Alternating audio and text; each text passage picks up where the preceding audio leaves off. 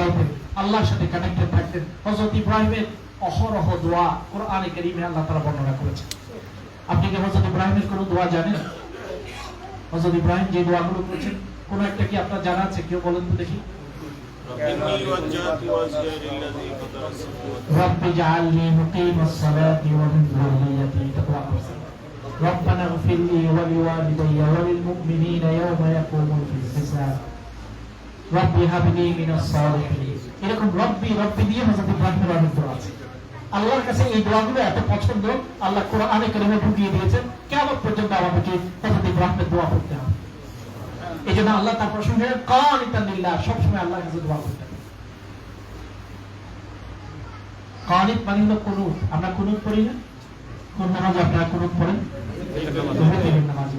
এই কুনুত মানে হলো আল্লাহর কাছে চাওয়া। হযরত ইব্রাহিম সব সময় কুনুত পড়তেন। কুনুত মানে হলো